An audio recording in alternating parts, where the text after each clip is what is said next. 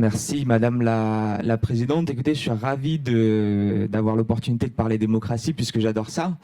Et je me serais bien laissé aller à un discours fleuve à la Fidel Castro, mais j'ai bien compris que l'heure n'était pas à la dictature éclairée.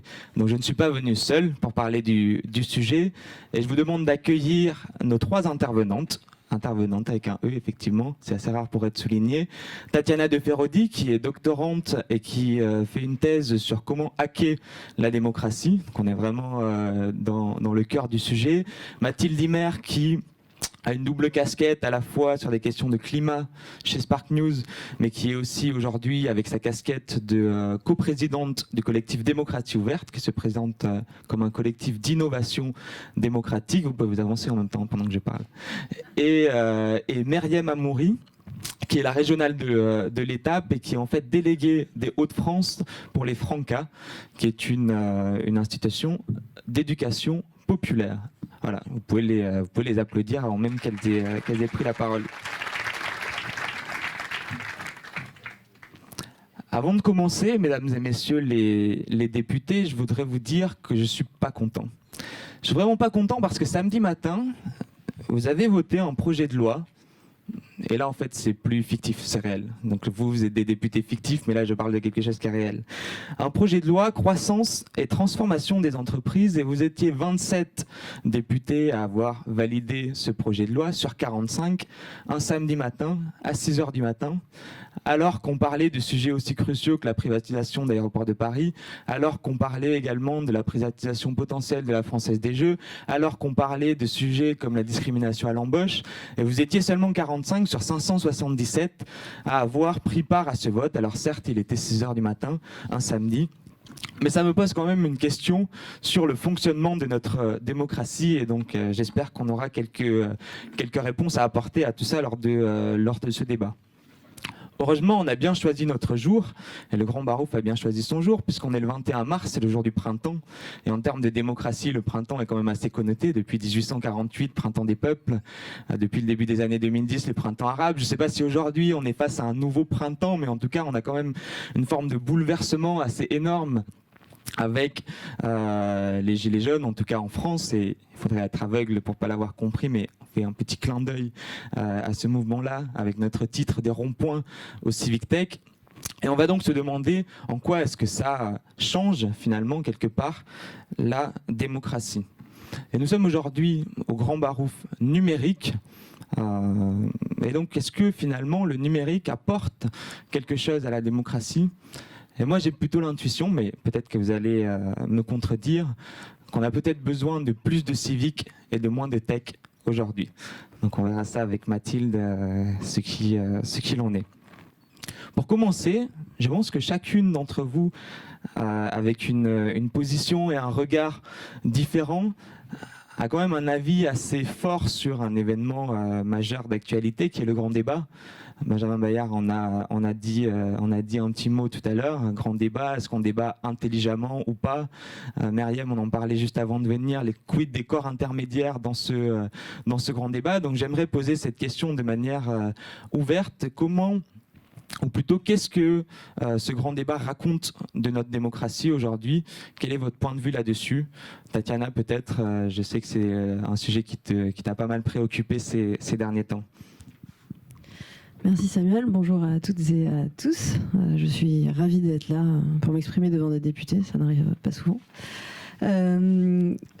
Le grand débat, alors si je devais introduire ça poliment, je dirais, comme toutes les personnes qui vont vous parler du grand débat, que c'est une expérience inédite de par son ampleur et que des millions de personnes ont contribué et qu'en fait c'est vraiment un exercice de démocratie participative qui va faire date et qui a transformé la manière dont on s'exprime et enfin notre rapport au gouvernement.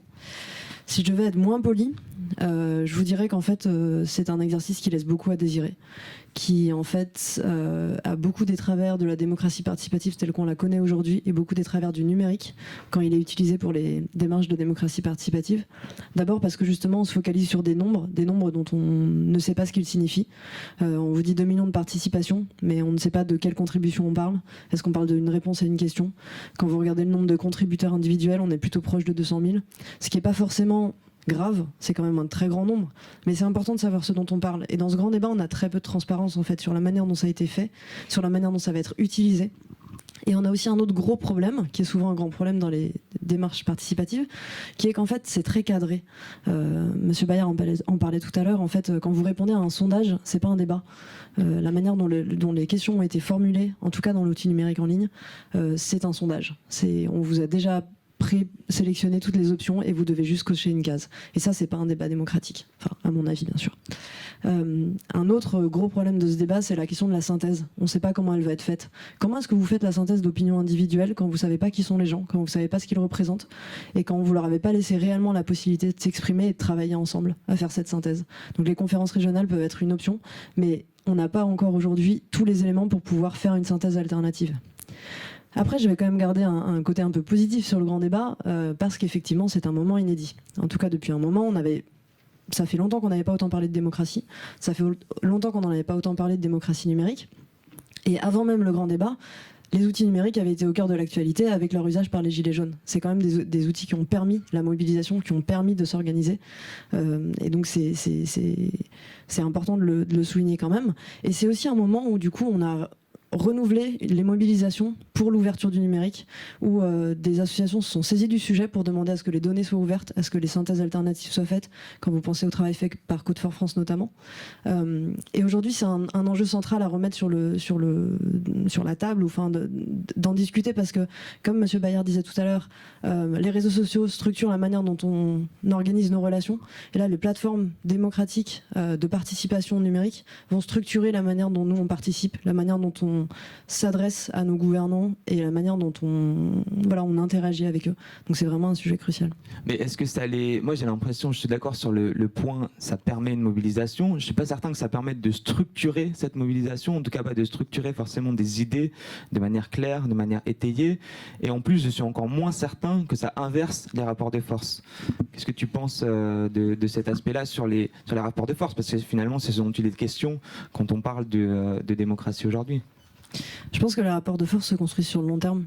Et effectivement, sur une plateforme comme le Grand Débat, où vous êtes sur un sondage de nouveau, ce n'est pas du tout l'objectif. Et toute l'expression est contrôlée par le destinataire, par le commanditaire.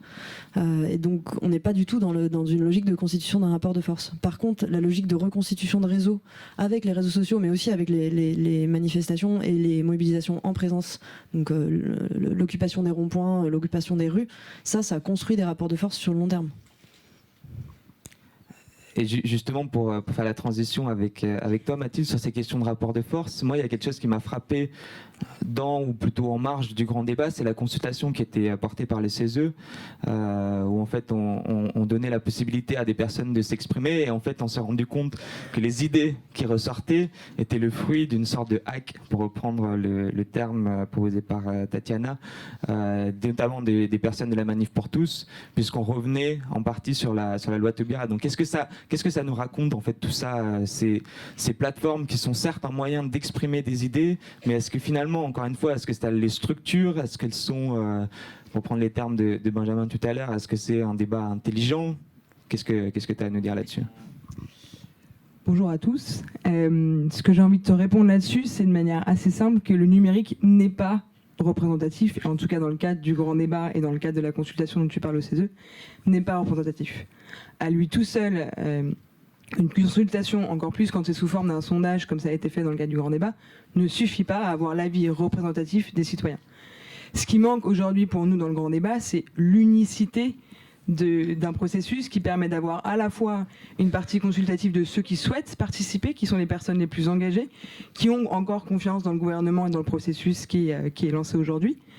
Mais il manque la partie délibérative, où il faut avouer, il faut savoir se dire qu'on n'est pas d'accord entre nous, Français, sur tous les sujets. Il faut se rappeler que le mouvement des Gilets jaunes, il est né d'un ras-le-bol fiscal qui a été engagé sur la taxe fiscale sur le carbone. Pourquoi est-ce que le gouvernement ne souhaite pas redonner la balle aux citoyens via un processus véritablement délibératif? À chaque fois que le gouvernement met en place un processus de démocratie participative depuis qu'il est élu aujourd'hui, on a cette sensation qu'il le fait à moitié et que du coup la magie entre guillemets de ces processus-là qui marchent véritablement ne prend pas. Je prends l'exemple des assemblées citoyennes régionales qui ont été mises en place, qui est un processus où des citoyens sont tirés au sort de manière représentative de la société, qui vont débattre d'un ou plusieurs sujets. Ça, c'est un processus qui marche, qui a fait ses preuves dans plusieurs pays, et notamment en Irlande, mais il faut du temps. Il faut accepter que la délibération, que le débat, ça prend du temps et qu'il faut le modérer correctement. Or, qu'est-ce qu'a fait le gouvernement? Mettre en place des assemblées citoyennes régionales d'un jour, un jour et demi. En un jour et demi, 100 citoyens ne peuvent pas arriver à quoi que ce soit de concret, d'abouti à la fin de tout cela. Donc la position qu'on a, nous, démocratie ouverte, et qu'on a eue, c'est au tout début, on a vraiment cru que le grand débat, ça allait peut-être être cette possibilité d'un renouveau démocratique. Après tout, Macron avait quand même commencé à initier une partie de rajeunissement de l'Assemblée nationale, donc on a voulu y croire. Puis on a vite été déçus, comme Tatiana, par le processus proposé. Et donc ce qu'on a prôné, c'est plus de transparence. Et c'est surtout un engagement politique sur qu'est-ce qui va en sortir. Aujourd'hui, alors que le grand débat sur sa partie numérique est fini, on n'a aucune idée, nous citoyens, de comment cela va être traité. Donc la proposition qu'on fait, nous, c'est de mettre en place une assemblée de citoyens tirés au sort au niveau national, d'une centaine de citoyens, qui seraient en charge de délibérer sur justice fiscale et justice climatique, pour arriver à 5-10 propositions, mais pas en un jour, en plusieurs mois, jusqu'à la fin 2019, qui seraient ensuite soumis à un référendum, pour que ce ne soit pas un débat uniquement à 100 citoyens tirés au sort, mais vraiment un débat qui mène à des propositions qui sont validées ou pas par l'ensemble des citoyens français par la suite. Mais du coup, ça me pose deux questions. La première, c'est cette assemblée citoyenne, au regard des responsabilités ou du pouvoir plutôt que vous leur donnez, quelle est derrière sa responsabilité? Quel est son engagement? Si, j'en sais rien, ils prennent telle ou telle décision, quel est l'engagement derrière à la mettre réellement en place? Et de deux, j'imagine que dans ce scénario-là, l'Assemblée, avec nos chers 577 députés, demeure. Et du coup, quel est l'engagement de ces députés vis-à-vis de cette Assemblée citoyenne? Donc en fait, quels sont les engagements réciproques des uns vis-à-vis des autres pour qu'on commence à voir émerger une réelle forme de participation citoyenne? Pour te répondre à ça, il faudrait savoir de qui parle le processus. Aujourd'hui, on est en discussion avec le gouvernement pour mettre en place ce processus après le grand débat. Aujourd'hui, on n'a pas de retour formel de leur part. Donc si ça part d'eux, le gouvernement est en capacité, Emmanuel Macron en tant que président de la France, est en capacité de lui s'engager à déclencher un référendum à la fin du processus. Donc à ce moment-là, c'est sa responsabilité à lui de déclencher le référendum, et la responsabilité des citoyens tirés au sort est de faire des propositions qui seront celles soumises au référendum, qui sont des propositions de loi. Si le gouvernement ne prend pas cette proposition, à ce moment-là, c'est un processus citoyen. Encore une fois, les deux méthodes ont eu lieu dans différents pays. Si c'est un processus citoyen, alors là, on n'a aucune garantie que le gouvernement, Emmanuel Macron, acceptera de mettre en place un référendum au bout. Donc il y a à la fin deux possibilités. Soit ça veut dire qu'on a suffisamment de rapports de force citoyens pour arriver à mettre en place un RIP, un référendum d'initiative partagée, qui est le seul processus que la Constitution permet aujourd'hui pour que des citoyens puissent déclencher un référendum. Sauf que ça a été fait de telle manière que c'est impossible quasiment d'y arriver. En tout cas, ça n'a jamais été même tenté. Parce qu'il faut 4,5 millions de citoyens et il faut un nombre de députés incroyable. Et donc ça, on voit bien, enfin, je fais aussi partie de l'équipe de la pétition L'affaire du siècle, où on est hyper content d'avoir 2 millions de signataires. On voit à quel point c'est compliqué d'avoir 2 millions de signataires sur une pétition qui est en ligne. Alors 4,5 millions de personnes qui sont d'accord pour lancer un référendum où il faut se déplacer pour manifester son avis, c'est mission impossible. Donc s'il n'y a pas ça, ça veut dire que l'Assemblée citoyenne délègue son pouvoir à Emmanuel Macron sur le fait qu'il y ait ou pas référendum, mais après, cette Assemblée légitime des propositions très fortes qui pourront ensuite être réutilisées par les associations, les groupes d'intérêt qui souhaitent pousser en faveur de ces propositions. Ce qui veut dire que demain, une association qui porte aujourd'hui ses intérêts propres portera les intérêts des citoyens, donc un poids et un rapport de force qui est complètement différent. Ce que tu dis là avec les associations, c'est en fait les corps intermédiaires, et ça me permet de faire le lien avec Myriam. J'ai l'impression que tu défends une approche qui est finalement assez radicalement différente, à la fois en termes d'échelle, en termes de temporalité et en termes de numérique finalement.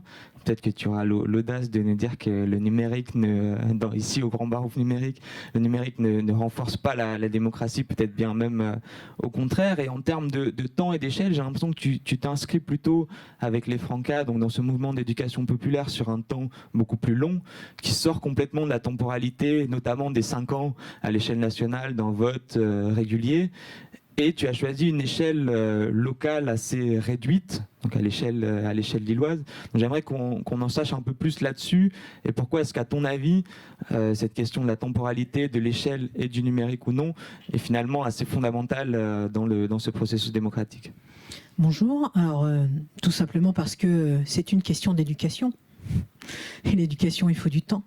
Aujourd'hui, est-ce qu'on est dans des sociétés où on a appris à débattre, où on a appris à participer? Ou est-ce que est-ce qu'on n'est pas dans une société où justement on vit la participation et le débat tout au long de notre vie, finalement?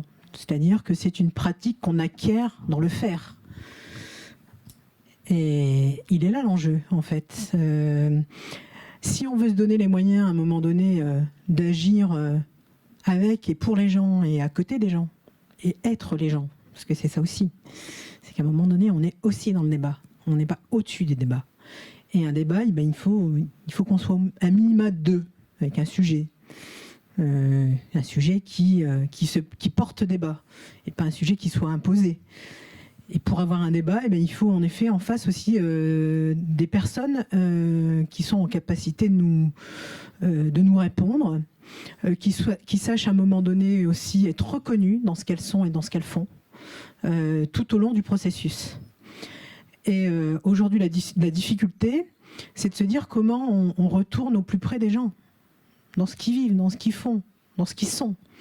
Et qu'on arrête peut-être parfois de s'imaginer ce qu'ils vivent, ce qu'ils font et ce qu'ils ont envie de décider. Je reviens juste à la présentation du discours qui était faite juste avant, où là, on a vraiment quelqu'un qui nous dit le vote, c'est une personne qui met son petit papier dans l'enveloppe et qui va le mettre dans l'urne, quoi. C'est ça la vraie vie. Hein.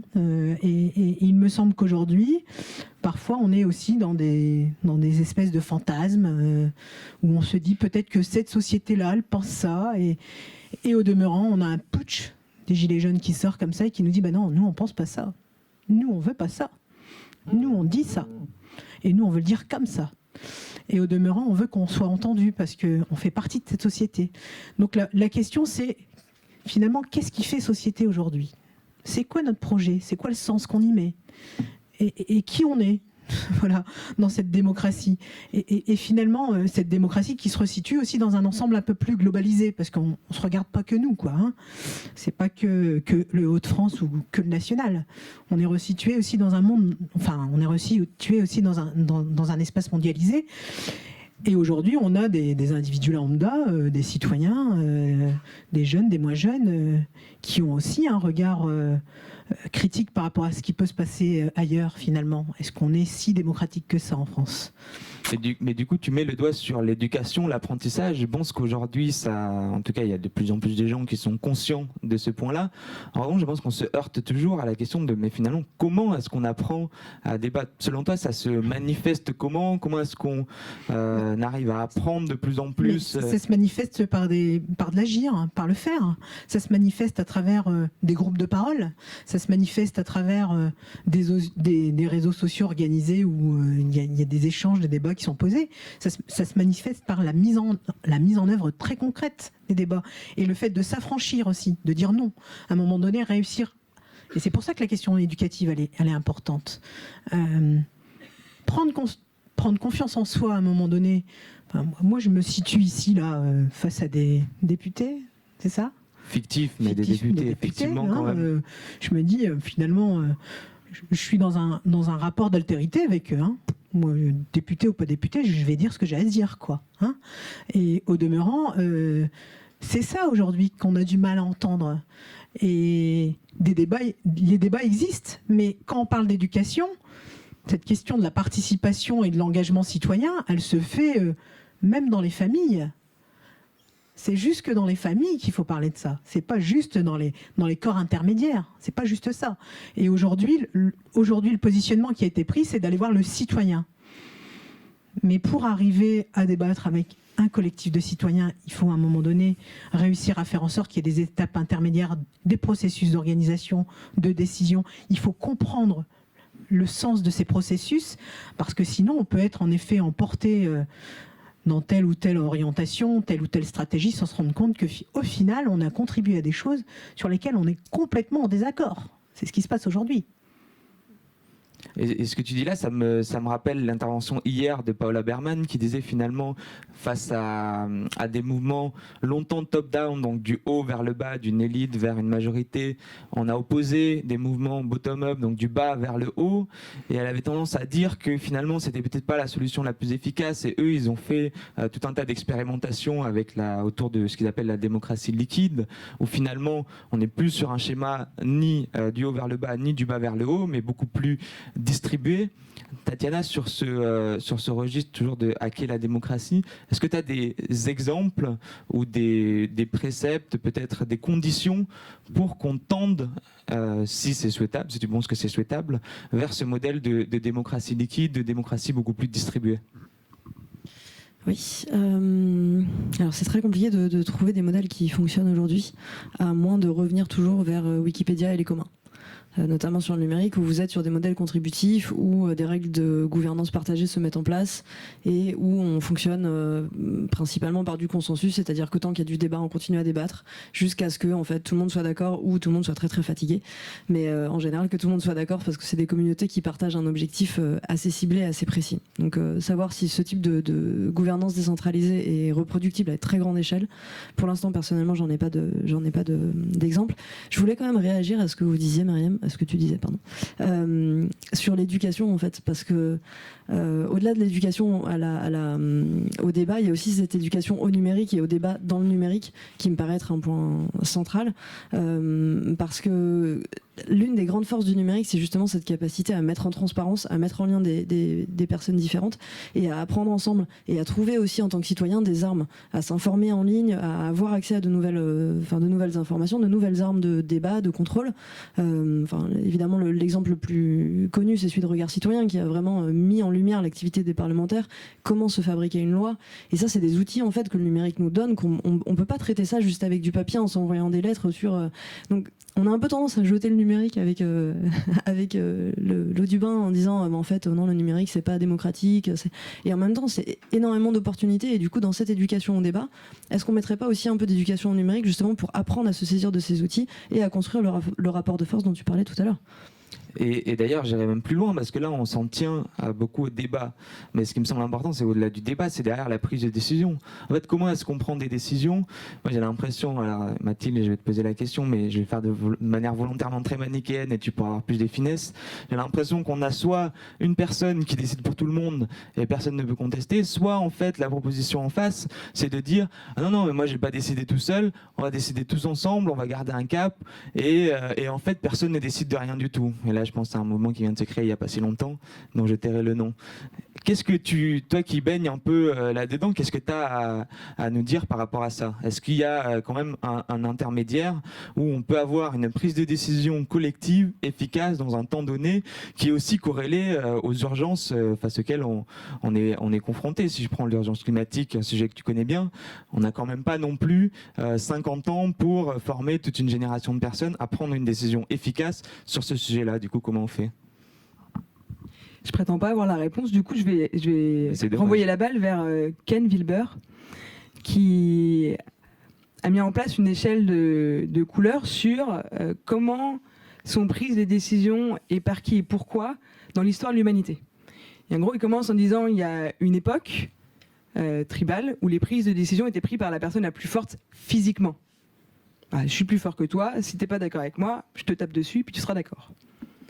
Puis il y a eu une époque où on est arrivé, au moment de l'église de l'armée, à des modèles d'organisation plus importants, au niveau régional puis mondial, où là, l'autorité était basée sur le fait qu'on avait une autorité, une légitimité venant de Dieu, une légitimité venant d'un contrôle très cadré quand on parle de l'armée, où la légitimité est presque le fait d'être là depuis longtemps, finalement. Et puis là, on arrive aujourd'hui, on est tous dans des grosses pyramides où la légitimité vient du fait qu'on est considéré comme étant le meilleur quand on est en haut de la pyramide. C'est censé être ça. Donc c'est souvent le meilleur ou les meilleurs qui, au COMEX ou au gouvernement, vont prendre les décisions pour tout le monde, et puis les autres ont délégué un peu leur pouvoir. On sait que c'est plutôt le plus influent aujourd'hui, plutôt que le meilleur. Exactement. On est quand même beaucoup plus sur un modèle d'influence que de création de valeur dans la plupart des systèmes d'organisation. Et c'est exactement ce que dit Ken Wilber, c'est qu'en fait, à chaque fois, chaque modèle finit par être biaisé, parce que le contexte change. Et donc là, on voit deux modèles d'organisation émerger. Des modèles qui sont dits complètement plats, qui sont souvent les modèles très associatifs, où finalement il faut que tout le monde décide de tout sur tout. Et où souvent c'est assez lent, ça permet beaucoup de débats, mais c'est pas le reproche qu'on fait à ce type d'organisation, c'est que c'est pas très efficace. Si on a un souci d'efficacité, du coup, il faut pas forcément aller vers ça. Mais on voit aussi un autre type d'organisation se mettre en place, qui est entre deux, que certains appellent Opal, d'un chercheur qui s'appelle Frédéric Laloux, d'autres libérés, mais qui est moins précis, qui a un fonctionnement où en fait, un peu comme certains écosystèmes, un peu comme votre système neuronal finalement, la prise de décision, elle n'est pas prise par tout le monde tout le temps, elle est prise par une personne, mais qui va aller consulter les personnes que ça va impacter ou qui ont du savoir sur la question à laquelle il doit répondre. Qui est un processus de consultation où la responsabilité reste dans la main de la personne qui doit prendre la décision, mais qui va aller chercher l'avis des personnes qui sont importantes au sein de l'entreprise, au sein de l'organisation, au sein de l'État, ça pourrait se mettre en place. Et donc ça, il y a des exemples, par exemple, aux Pays-Bas, si je ne dis pas de bêtises, d'une organisation qui s'appelle Buurtzorg, qui est un réseau d'infirmiers et d'infirmières. En fait, il y a un infirmier qu'on avait juste ras-le-bol d'être dans le système pyramidal où ses boss lui disaient tout le temps efficacité, efficacité. Maintenant, tu as 30 secondes pour faire la piqûre et tu as 45 secondes pour mettre un bas de contention à tes patients, qui étaient devenus des clients, entre parenthèses. Il n'en pouvait plus de ce système où on lui demandait toujours d'aller plus vite, où il n'avait plus le temps d'être en lien avec ses patients, et du coup, il s'est juste barré de son ancienne entreprise et il a créé Buurtzorg où il a demandé à ses infirmières de prendre le temps de discuter avec les patients pour savoir véritablement comment est-ce qu'ils pouvaient mettre en place un système qui autonomiserait le patient avec les voisins, avec la famille, etc., etc. Et ça a permis finalement d'avoir un soutien moral tellement plus puissant que les personnes avaient besoin de moins de médicaments, moins de temps des infirmiers, etc.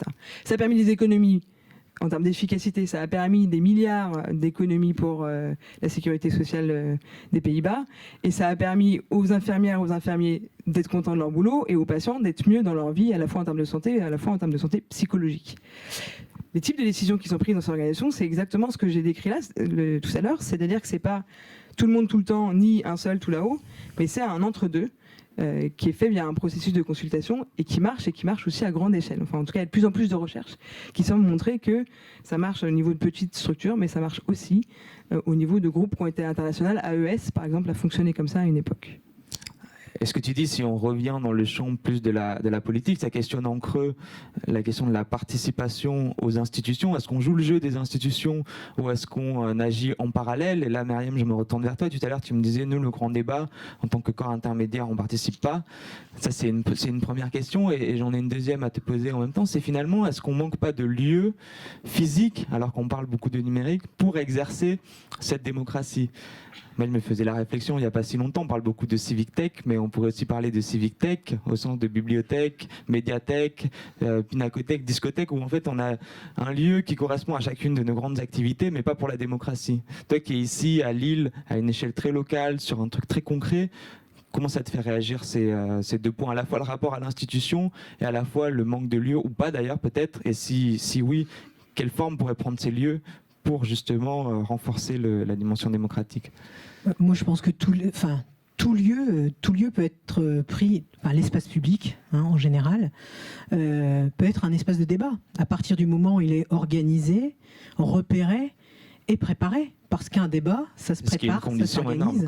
Bah, bien sûr, ça se prépare, ça s'organise et ça s'apprend de débattre. Sur la question éducative, enfin moi je reviens, c'est le numérique au service d'eux. Bien sûr, c'est bien au service d'une démarche éducative. C'est bien à un moment donné le fait de se dire comment tout espace propice au débat doit être mis en place pour pouvoir recueillir, entendre, écouter et au demeurant faire levier de transformation. Parce que si on débat pour arriver à un truc de pitch, c'est pas la peine, quoi.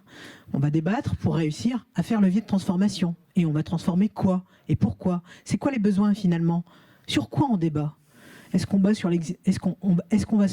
va débattre sur les modalités à mettre en œuvre pour faire le débat? Ou est-ce qu'on va débattre sur les fondamentaux, c'est-à-dire notre existence? Et elle est là la vraie question, c'est qu'à un moment donné, les vrais sujets, il faut vraiment les porter, quoi. Et je pense qu'aujourd'hui, puisque tu parles de Lille, aujourd'hui on est dans une ville où les espaces de débat se démultiplient d'une manière très libérée, c'est-à-dire sans aucun lien avec l'institution, donc avec la ville, et puis parfois avec des liens de collaboration et de consensus avec la ville. Voilà. Et c'est ça qui fait démocratie finalement. C'est ça qui fait foisonner un peu les idées, c'est ça qui fait rencontrer les individus. Et à un moment donné, on a aussi toute cette démarche qui fait que des individus qui avaient un regard sur eux-mêmes qui était complètement, j'ai envie de dire, inhibé, voire dans une incapacité. On parle souvent de cette fracture numérique où, alors là on parle de fracture numérique et dans d'autres lieux et dans d'autres espaces, on va parler des publics éloignés. Ceux qui ne savent pas ou qui peuvent pas ou qui n'ont pas pu ou qui ont du mal.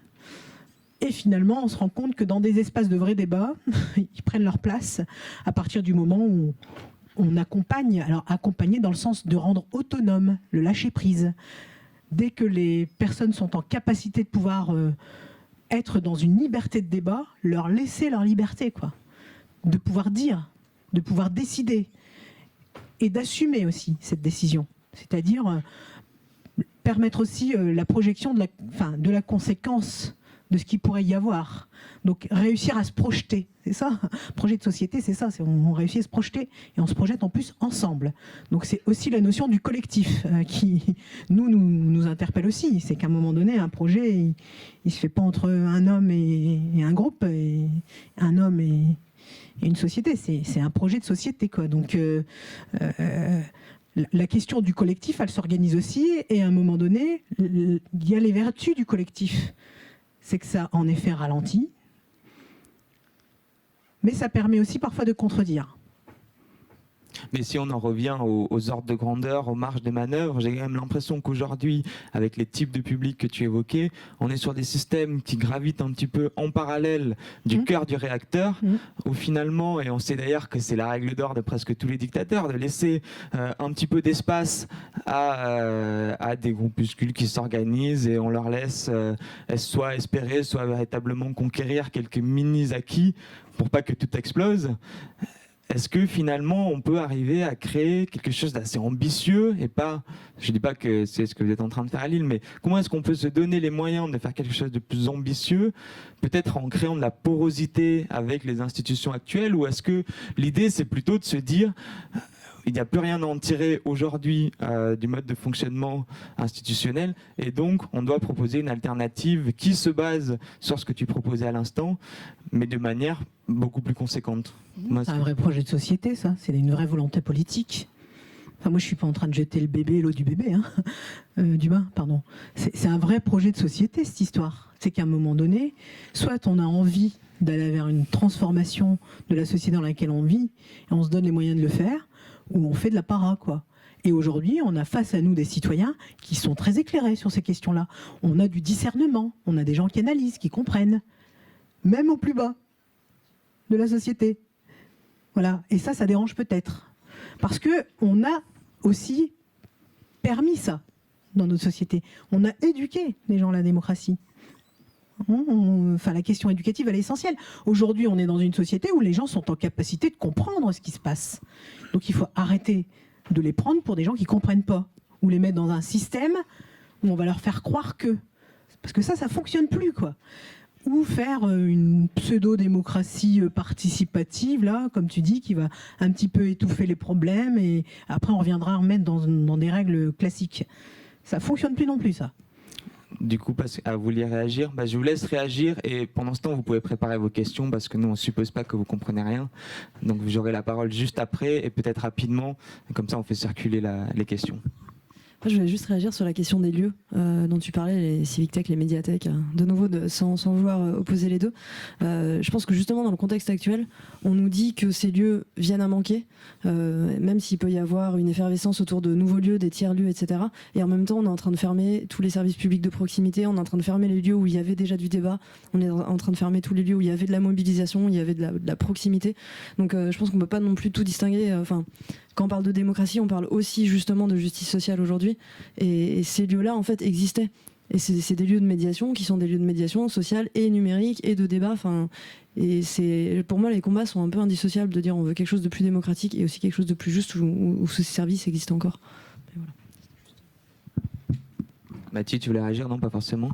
Si. C'était aussi sur la question des lieux, où ce que je trouve magnifique dans le mouvement des Gilets jaunes, c'est finalement on nous enlève petit à petit en effet les lieux et qui se sont réappropriés un lieu qui est symbolique. Moi je trouve le rond-point assez fort, et quand tu écoutes et que tu vas sur les ronds-points ou à leurs âgés, tu sens cette question de l'éducation, de la montée en compétence des citoyens sur bon nombre de sujets, et de la volonté en fait d'apprendre et de décider.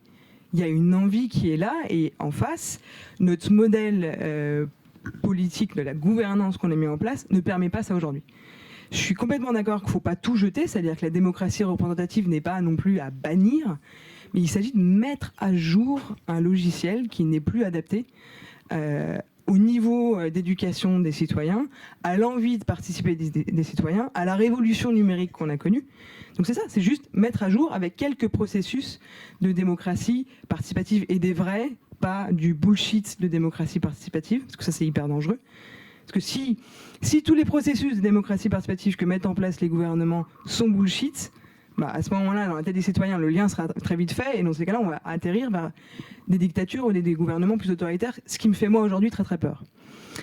Et je reviens sur la question, je voulais rebondir et j'ai oublié ce que je voulais dire, mais sur la question... Le bébé et l'eau du bain. La question de l'éducation, où quand on regarde des sociétés comme au Danemark, par exemple, la culture du débat, elle est là. Je veux dire, je crois que tous les 2 mois, ils ont des débats de société importants, où il y a des décisions qui suivent. Du coup, les citoyens participent, il y a un processus qui existe, il y a des décisions qui suivent, et il y a un endroit, une enceinte où les citoyens se sentent écoutés. Et ça, je pense qu'aujourd'hui, on en manque cruellement en France.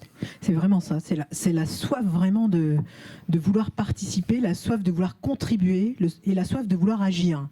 Je pense qu'on le sent à travers ce mouvement, il y a vraiment une volonté de vouloir. Alors après, ça part parfois dans tous les sens, mais en tout cas, il y a vraiment cette envie, quoi. Et cette motivation, cette dynamique qui est là, il faut s'en saisir pour en effet aller vers une construction plus posée, plus réfléchie, plus stratégique, pour faire transformation, parce que sinon... J'ai retrouvé ce que je voulais dire, c'était sur le RIC justement. C'est pas un hasard, c'est un mouvement comme les Gilets jaunes. Leur demande numéro 1, que ce soit sur les ronds-points aujourd'hui ou que ce soit sur la plateforme Le Vrai Débat. Parce qu'ils ont fait l'effort de dire on veut débattre, on n'accepte pas la façon dont le gouvernement nous propose via le grand débat, donc on crée notre propre plateforme qui s'appelle levraidébat.fr. Vous pouvez la regarder, il y a les résultats qui vont être publiés. Et c'est pas intéressant. Encore une fois, c'est le RIC qui arrive en haut. Pourquoi ? Parce qu'il y a une envie, il y a un savoir, une envie d'être entendu. Et ça, aujourd'hui, il y a près de 80% des citoyens qui soutiennent. Le gouvernement ne met pas à jour le logiciel avec ça. Pourquoi ? Il ne faut pas oublier la question du droit. C'est la dernière fois, Myriam. La question du droit, parce que je rebondis sur ce que tu disais tout à l'heure, c'est essentiel. Le droit d'interpellation, quoi. Enfin, il faut vraiment se le saisir. À un moment donné, on est dans une société qui nous le permet, il faut y aller. Alors même si y a des choses qui sont en train de se perdre. Hein. Justement, le droit d'interpellation. Je vous propose qu'on prenne les questions par salve de 2 ou 3 et peut-être qu'on fera 2 rangs. Donc il y en a une là, déjà à minima. Allez-y, on va prendre des questions. Merci beaucoup pour cette table ronde. Moi, j'ai 3 choses qui m'interpellent et qui me questionnent. La première chose, vous avez parlé de tirage au sort représentatif de la société. Je trouve que c'est génial, sauf que qu'est-ce qui est représentatif de la société ? Et moi, ça me pose vraiment question. D'ailleurs, il y a une proposition de loi là-dessus. Et je suis très gênée avec ce terme. Qui décide de ce qui est représentatif de la société ? C'est ma première question. La deuxième, on parle d'un débat via des plateformes numériques, donc qui passe principalement par l'écrit. Quand on sait comment la communication, en fait, une grande partie de la communication est non verbale, comment on peut être efficace par l'écrit, moi je pense que c'est beaucoup plus difficile qu'un face-à-face. Et le troisième point qui me moi aussi m'interpelle, c'est les 13 millions de Français qu'on a vu hier qui étaient éloignés en fait du numérique. Comment on ne peut pas se passer d'un peu moins de 20% de la population. Voilà. Merci. On avait une question là. Je voudrais relier les sujets de Benjamin Bayard à vous, et donc du coup il y a une globalité. C'est si en fait la société change complètement de mode d'organisation, ça veut dire que ça va aussi changer complètement l'institution, la politique, la place même en fait des citoyens. Et on voit que dans le modèle de société qui arrive, où chacun peut prendre la parole via des outils numériques, avec ou pas une façon de s'exprimer parfaite, avec des fautes ou pas, peu importe, avec ses propres mots. On voit du coup que la place du décideur évolue, que la place de l'expert évolue, il vient éclairer et non pas prendre des décisions pour et tout ça. Et donc du coup, il y a forcément une nouvelle façon de construire la démocratie. Et ouvrons l'horizon au monde entier avec un effondrement des démocraties, avec pour autant des mouvements des places dans plein de pays, des soulèvements populaires, des gens qui sortent dans l'espace public. Enfin, on voit ces derniers jours en Algérie, on voit les Gilets jaunes, on avait vu aussi Nuit debout, mais on avait vu aussi l'Espagne, la Grèce, etc., Occupy Wall Street. Enfin, il y a une tendance de fond des citoyens du monde qui disent mais nous sommes concernés en premier lieu, nos enfants, les générations futures, par les décisions qui vont être prises. Et pourquoi quelques personnes vont prendre des décisions pour tout le monde? Et donc, du coup, ce qui me semble super important, et c'est là où je ne rejoins pas Benjamin Bayard quand il dit à la fin le vote, il doit être anonyme et machin, mais oui, aujourd'hui, bien sûr. Mais parce qu'aujourd'hui, on est dans une délégation. Or, le pouvoir, ça veut dire être comptable d'eux. Et donc, du coup, demain, si des citoyens prennent leur place à la table des décisions, et donc, du coup, ça devient des décideurs, et donc, après, il faut définir les modalités, ils vont aussi devoir être comptables d'eux, et donc de répondre de leurs décisions. Et là où je rejoins la question d'éducation, c'est qu'en fait, on n'a jamais appris à faire démocratie, on n'a jamais éprouvé l'idéal de la démocratie, faire société, décider ensemble de notre destinée commune, sortir de son intérêt individuel pour aller vers du collectif et tout. On n'a jamais ressenti ce nous. Et ce nous, il change. Avant, c'était le nous des classes, des organisations, fédérées, machin. Là, le nous, on est tous hyper singuliers. Comment on va faire du nous avec des singularités, du collectif avec des singularités? Et donc, du coup, en fait, on n'a pas la baguette magique. On ne sait pas ce qu'il faut faire. Alors, évidemment qu'il ne faut pas faire de la communication et de la fausse participation. Et on est exactement dans ce cas-là aujourd'hui. Mais en fait, c'est pas tant ça. C'est qu'en fait, il va falloir faire un pas. C'est que l'institution, l'exécutif va devoir comprendre qu'il se met en danger, qu'il met en danger la société tout seul, parce que sinon, ça va se finir avec des guillotines et ce serait quand même vraiment dommage que ce soit le chaos. Donc lui-même va devoir rogner sur son pouvoir, faire de la place à autre chose. Et sur les lieux, moi je suis super d'accord, mais en fait il y a plein de lieux de la démocratie. Il y a l'Assemblée nationale, qui est la maison du peuple. Il y a les mairies. Enfin voilà, en fait il y en a plein d'espaces. Ce qui est dommage, c'est que les citoyens sont exclus de ça, ou se sentent exclus de ça, parce que dans les mairies, on peut vraiment y aller, machin. Mais quelle est la place? Et donc, on va devoir réfléchir à comment est-ce qu'on crée cette démocratie, une démocratie continue, où chacun est attendu et le bienvenu, et comment est-ce qu'on va faire avec lui et tout. Mais il va falloir que, d'un côté, ça lâche, et de l'autre côté, qu'on investisse. Et en fait, la démocratie, l'idéal démocratique, on peut le vivre dans sa vie quotidienne, dans sa famille. Comment est-ce qu'on prend des décisions ensemble, au travail et tout. Je vous recommande l'excellent film Démocratie, où on voit dans une classe de maternelle ou de primaire des enfants qui énoncent un problème et qui apprennent à le résoudre ensemble et tout, à se passer la parole, à savoir que enfin voilà, c'est extraordinaire. Et donc du coup, c'est par les prouver. Et dans les Gilets jaunes, ce qui est très très émouvant, notamment dans ces assemblées de commercistes et ces personnes, nous devrions tous faire l'exercice de dire voilà, comment est-ce qu'on apprend à faire ensemble, quelles sont les règles qu'on va exister et tout. Et donc je suis sûre que si on reste calqué dans le modèle d'aujourd'hui, eh ben, on n'aura pas de solution. Et je reviens juste à un dernier minuscule point. Il y a une révision constitutionnelle en cours. Je suis très inquiète en fait de la façon dont on va refiger dans le marbre à partir de fantasmes que les élus estiment de la place des citoyens machin. Et je pense qu'on devrait plutôt expérimenter au sein de l'Assemblée nationale comment est-ce qu'on introduit une dose d'expérimentation. Est-ce que c'est un peu de démocratie directe? Est-ce que c'est un peu de tirage au sort? Est-ce que c'est je ne sais pas quoi? Mais en tout cas, qu'on essaye à partir de la réalité et pas du fantasme et pas de code, et qu'au fur et à mesure, on expérimente, on donne de plus en plus de place. Qu'est-ce que ça donnerait s'il y avait 10% des décisions, des sièges qui étaient réservés aux citoyens et qui pouvaient directement interagir sur la loi? Il y a plein de choses à inventer, mais il ne faut pas les figer. Et c'est pour ça que moi, le RIC, ça ne me plaît pas trop, la constituante non plus. C'est, voilà, essayons au fur et à mesure, construisons pas à pas. Merci pour cette question. Moi, du coup, je vous propose qu'on en prenne, qu'il y en a une là-bas, une ici. On va les prendre toutes maintenant et ensuite on répondra. On peut y aller là. Oui, alors moi pour rebondir sur plusieurs choses qui rejoignent le sujet, déjà... Je vais juste vous demander d'être assez alors, synthétique, faire très court. même s'il y a plusieurs choses. Ouais, très court. C'est pas facile, mais effectivement. Du coup, j'ai perdu le fil. Pardon. Non, mais alors, le sujet du décider ensemble, effectivement, il est extrêmement important. On parlait tout à l'heure du vote anonyme, pas anonyme. N'oublions pas que le vote anonyme du citoyen, tant qu'il est anonyme, ce ne sera pas le même que le vote à main levée. Et ça, c'est extrêmement important. Et c'est là où Benjamin, tout à l'heure, a un sujet qui est extrêmement important. Le vote anonyme, sécurisé, par le fait qu'on ne sait pas ce que j'ai voté, il est extrêmement important dans la démocratie.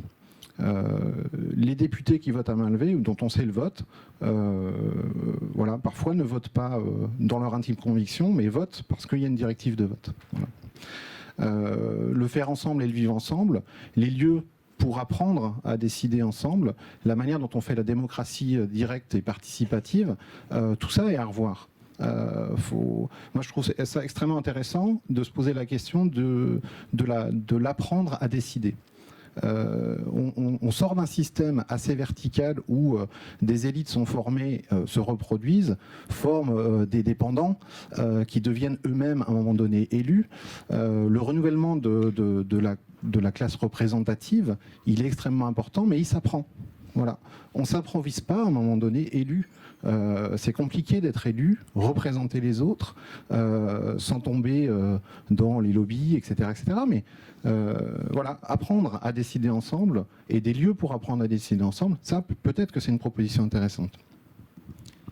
Merci beaucoup pour cette intervention qui était suffisamment courte. Et on va prendre la dernière. Ah, il y en avait une ici, ok. Alors, une autre, mais je vous propose qu'on, pour le reste, on fasse des discussions informelles parce que sinon, on va vraiment exploser le temps. Merci beaucoup pour vos interventions qui sentent bon le printemps. Merci aussi d'avoir évoqué Commercy par ici.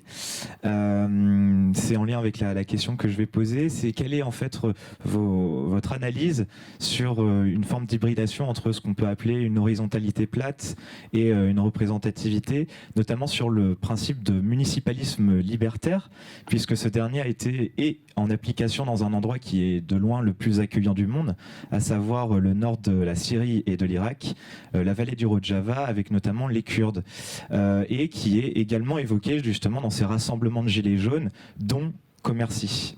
Voilà.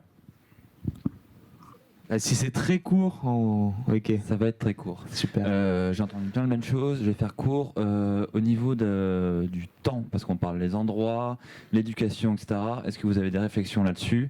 Parce que, comme vous disiez, il y a beaucoup de gens qui considèrent qu'ils sont pas aptes à participer à la démocratie alors qu'ils savent, etc. Mais aussi, on est habitué à avoir une gestion de planning hebdomadaire où on ne s'accorde pas le temps de débattre et démocratie. Avant, on avait la messe, maintenant, aujourd'hui, c'est un peu différent parce qu'il y a Internet, mais il y a la télé, on regarde les journaux. Est-ce que ce serait pas sympathique d'organiser des temps en commun pour habituer tout le monde à débattre, parce que le temps aussi est important, enfin, s'organiser au niveau du temps. Voilà. Super. Et non, vraiment, là, je peux plus en prendre. Juste celle-là derrière, là, qui avait levé la main avant, mais je suis désolé. Merci beaucoup. Moi, juste une question pour savoir si vous avez observé quelque part dans le monde des process d'itération, de se dire à un moment on peut prendre une décision collective. Forcément, tout le monde n'est pas d'accord, c'est ça la démocratie. Mais on se dit ok, on se donne 2 ans, on fait un proto, on teste, et à un moment on fait un point, on se dit ok, bilan, on a retiré l'ISF en se disant que ça allait ruisseler et que les gens allaient finalement remettre de l'argent et ça allait créer des emplois. On teste. À un moment donné, fixé à l'avance, on se dit ok, c'est quoi les chiffres, et voilà. Est-ce que ça existe dans des pays? Ce que je vous propose, ça va être un peu complexe, mais de peut-être choisir une des interventions et d'y répondre, sachant qu'à mes yeux, ce qui ressort, il y a la question de la représentativité, la question de la responsabilité, et peut-être la question du droit à l'expérimentation, qui me semble ressortir au travers de ces différentes remarques, questions. Donc vous avez à peu près 2-3 minutes chacune pour essayer de répondre à ces questions, et on continuera volontiers le débat dehors. Je vais faire vite pour continuer le débat dehors, justement. Juste sur vos questions qui étaient sur la représentativité. La manière dont on définit la représentativité, c'est en général la même chose que quand vous utilisez des outils statistiques, c'est-à-dire que vous prenez l'âge, le sexe, la CSP, enfin le métier, voilà. Parfois le niveau de formation, mais c'est rare, pour définir en fait une population qui représente la diversité de la population française. Sachant qu'enfin, par exemple, diversité c'est associé à autre chose, mais on n'a pas de statistiques ethniques, donc on peut pas faire ça. Enfin bon, bref, mais si vous prenez niveau de revenu, CSP, enfin vous arrivez à avoir un portrait à peu près représentatif. Après, on peut toujours poser la question. En termes d'écrit, en fait, vous avez des contraintes à la fois en ligne et en présence. Quand vous devez prendre la parole en public, c'est super compliqué. En fait, c'est quelque chose qui s'apprend aussi. En ligne, ce qui est assez marrant, c'est qu'en fait, vous n'avez pas du tout les mêmes contraintes selon où vous participez, où vous vous exprimez. Quand vous allez sur un forum, vous pouvez écrire n'importe comment, tout le monde s'en fiche. Quand vous allez, parce que vous êtes au sein d'un groupe où tout le monde s'en fiche. Si vous allez sur une plateforme de participation, sachant que vous êtes en général entouré de personnes qui s'expriment bien, donc qui ont probablement un niveau de formation élevé, et quand vous regardez les chartes des outils de participation citoyenne, c'est toujours attention, pas de majuscules, on a l'impression que vous criez, exprimez-vous correctement, pas de faute d'orthographe, et donc là en fait on contraint la parole et du coup on impose un cadre qui est très clairement un cadre dominant et où pour le coup vous empêchez certaines personnes de prendre la parole. Sur l'interprétation. Ah oui, d'accord. Oui. Ah bah là, ça c'est super compliqué. On parlait de l'intelligence artificielle tout à l'heure et du traitement des données du grand débat. Imaginez que l'intelligence artificielle va comme ça nous donner le sens de l'écrit sans le remettre en contexte, alors qu'il n'y a pas vraiment de vérité. Hein. Même tous les scientifiques qui travaillent sur le traitement de la langue vous diront, selon comment vous entrez, selon ce que vous choisissez, vous avez 36 synthèses et vérités différentes. Sur la médiation, je vous renvoie tous à la Mednum, nouvelle coopérative lancée par l'Agence du numérique notamment, qui fait un super travail de recensement des lieux de médiation numérique. Et j'avais un truc sur le temps, sur la question du temps en fait, ce qui est assez amusant. Un sociologue qui a été allé voir pourquoi les gens participent ou pas et quelles sont les justifications, il s'appelle Julien Talpin, et il avait montré qu'en fait la justification de j'ai pas le temps, c'est une justification des classes aisées, des classes qui ont en fait du coup j'ai l'impression de dire oh là là ils sont méchants les classes aisées, mais c'est pas une justification qui est avancée par exemple les classes populaires qui disent plutôt je me sens pas légitime, j'ai le temps, mais et du coup en fait créer ce temps c'est très important, mais forcément en créant la légitimité derrière, la capacité à se sentir légitime. Voilà. Oui, je peux rebondir aussi. Sur la question de la représentativité, c'est pareil. Par rapport à ce qui vient d'être dit, moi j'ai animé le conseil, la mise en œuvre du conseil citoyen lillois sur les quartiers populaires. Des habitants qui me disent mais moi je représente pas tous les Lillois, je peux pas y aller, je peux pas m'engager. Mais si, tu te représentes toi déjà. Donc c'est la prise de conscience déjà et la prise de confiance de se dire comment on va permettre l'engagement, comment on va faciliter les gens à pouvoir s'engager pour soi et pour les autres. Parce que c'est cet exercice-là qui va prendre du temps.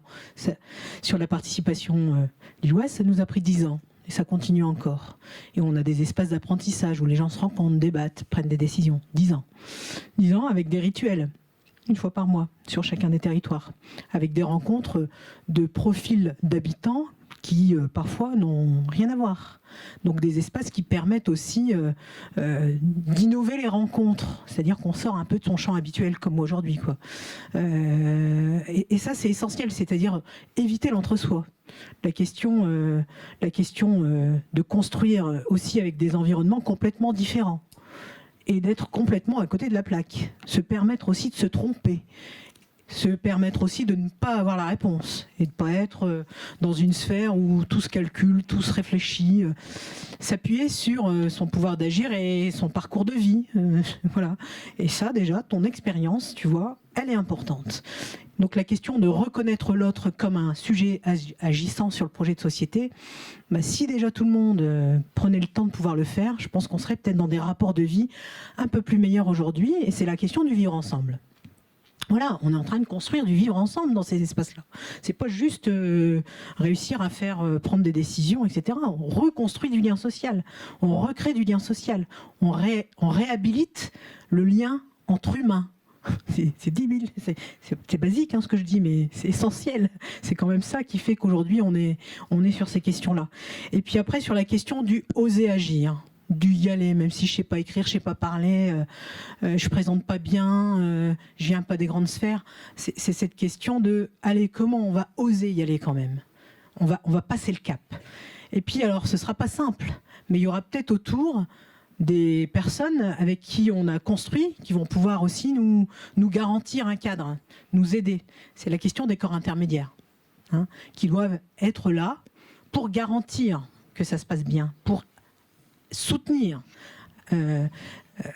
Voilà. Donc, il me semble que la question de la reconnaissance des citoyens comme des citoyens qui agissent au plus près de la vie et au quotidien sur des sujets qui les concernent quotidiennement est essentielle à prendre en compte. Et pour ça, il faut juste à un moment donné être en capacité de pouvoir écouter. Et pour pouvoir écouter, il faut entendre. Voilà. Parce que parfois on écoute, mais on n'entend rien.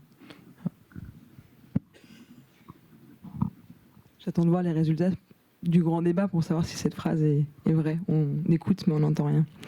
Peut-être sur la question du temps, j'y reviens parce qu'à mon sens, elle est vraiment cruciale. Et on l'a oublié, et c'est en lien avec l'éducation. Éducation est fille de répétition, dit le proverbe. Et vraiment, c'est ça. Il y a des choses où on sait déjà, entre guillemets, on peut apprendre aujourd'hui à débattre aux enfants dès leur plus bas âge, mais aussi à nous, où on a oublié ce que c'est que le débat. Enfin, je reviens sur un mot qui a été assez peu prononcé et qu'on oublie, je trouve, dans la société, qui est le mot de désaccord. C'est pas un problème de ne pas être d'accord. Le problème, c'est comment est-ce qu'on sort de ce désaccord. Est-ce qu'on sort par le haut, par le débat, en s'écoutant, en apprenant, en trouvant une solution qui convient, ou est-ce qu'on se tape dessus et où on opprime ceux qui ne sont pas d'accord avec nous? Et à mon sens, c'est ça une des clés là qu'on est en train de perdre, dans le sens où sur la perspective internationale, beaucoup de gens, quand il y a des accords, ou de plus en plus, pardon, dans certains pays comme aux USA et au Brésil, finalement, quand il y a des accords, on va essayer de cacher les faits, les mettre sous le tapis, pour qu'il y ait une espèce de relativisme dans la tête des gens qui se mettent en place, où on ne sait plus qu'est-ce qui est vrai, qu'est-ce qui est faux, et du coup, on vote, mais n'importe comment, et au contraire de ce qu'on aurait voté si on était un peu conscient de ce qui se passait. Et ça arrive chez nous. Donc merci pour cette perspective internationale. Et je vais juste finir sur la question de l'expérimentation, où il y a des choses qu'on sait faire, où on peut commencer à apprendre à faire monter en compétence sur les questions de débat, et on en a grand besoin, surtout dans un pays où on est sélectionné par l'écrit à l'école et où la question de l'oral est quand même un gros problème en France. Mais la question de l'expérimentation, elle est centrale parce qu'il faut, enfin je crois en tout cas, qu'il est nécessaire de mettre à jour notre logiciel démocratique. Or, on n'a pas toutes les clés, et en effet, il ne convient pas de mettre dans une constitution des trucs où on ferme tout, où on bloque tout, mais il s'agit d'expérimenter. On le fait, nous, on essaye, côté démocratie ouverte, sur les territoires, en pluguant différents innovateurs démocratiques qu'on peut avoir dans notre réseau. Parfois ça marche, parfois ça marche pas, il faut aussi accepter l'échec sur ces questions-là. Je prends un exemple avec la mairie de Paris, mais qui est encore trop anecdotique à mon sens, mais qui est quand même un premier pas. On va expérimenter la votation à jugement majoritaire pour le prochain budget participatif de la mairie de Paris. C'est un système de vote qui est pas je vote blanc ou noir, oui ou non, mais je note entre guillemets les différentes propositions. Ce qui permet d'avoir un niveau de nuance beaucoup plus poussé, et ce qui nous éviterait d'avoir à choisir à chaque élection entre le FN ou ce qui est en face, et du coup d'être contraint et d'avoir des représentants qui ne nous conviennent plus, qui font qu'il y a des gilets jaunes pendant 18 semaines dans les rues, et que si je prends les écolos de là d'où je viens, on est obligé d'attaquer notre propre État en justice pour que ça bouge. Très très rapidement alors. Je voulais faire une toute petite note sur parce que c'est le type d'événement où ça peut vous intéresser, sur continuer l'expérimentation. Il y a une initiative qui s'appelle la grande annotation, qui consiste à lire et à annoter, à catégoriser les contributions au grand débat. Et c'est hyper intéressant justement pour s'approprier le matériau qui a été produit et voir comment est-ce que vous catégoriseriez et comment est-ce que vous en tireriez une synthèse pour l'action. Donc voilà, si vous voulez expérimenter, c'est ouvert et c'est super rigolo. Super, merci. Je vous propose qu'on fasse du hall de la CCI un espace de débat démocratique pour ceux qui le souhaitent pendant quelques temps. Je vous rappelle la proposition de loi qui était la suivante. Chaque délibération du conseil municipal est soumise au vote des citoyens via une plateforme internet. Et je vous propose d'applaudir nos 3 intervenantes et vous-même pour ce débat. Merci.